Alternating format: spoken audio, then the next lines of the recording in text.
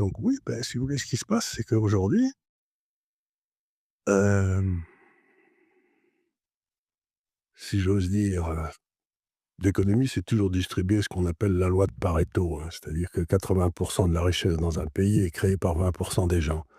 80 de l'alcool est bu par 20 des gars, 80 des accidents de voiture sont faits par 20 des gars, donc c'est le tous les phénomènes sociaux sont distribués par la loi de Pareto. Et dans ces 20 qui créent de la richesse en France, 80 de la richesse est créée par les 20 encore en dessous là. C'est-à-dire que vous avez à peu près 55 de la richesse française qui est créée par 4 des gars. Et on fait tout pour les emmerder. Allez, si vous êtes un entrepreneur, allez vous installer en Suisse et vous n'aurez aucun problème. Les cantons seront là, vous aideront, vous expliqueront, vous fileront des gratuits, des bureaux gratuits, enfin, c'est extraordinaire. Alors qu'en France, on vous met des impôts sur les super profits. Bon, qui vont coûter par exemple à LVMH 700 millions d'euros. C'est-à-dire que la valeur boursière de LVMH va baisser d'autant, enfin d'un multiple de ces 700 millions.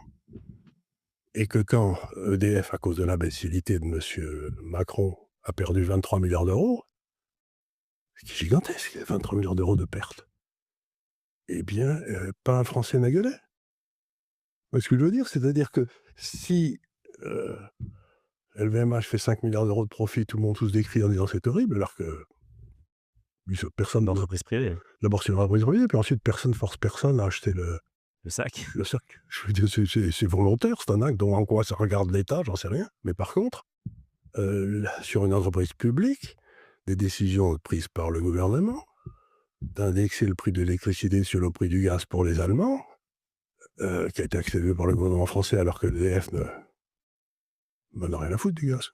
C'est de l'uranium. Vous voyez ce que je veux dire? Eh ben, les décisions qu'ils ont prises ont fait perdre 23 milliards d'euros à EDF.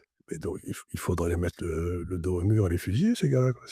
C'est incroyable, perdre 23 milliards d'euros sur EDF, qui a le coût de production d'électricité le plus bas du monde.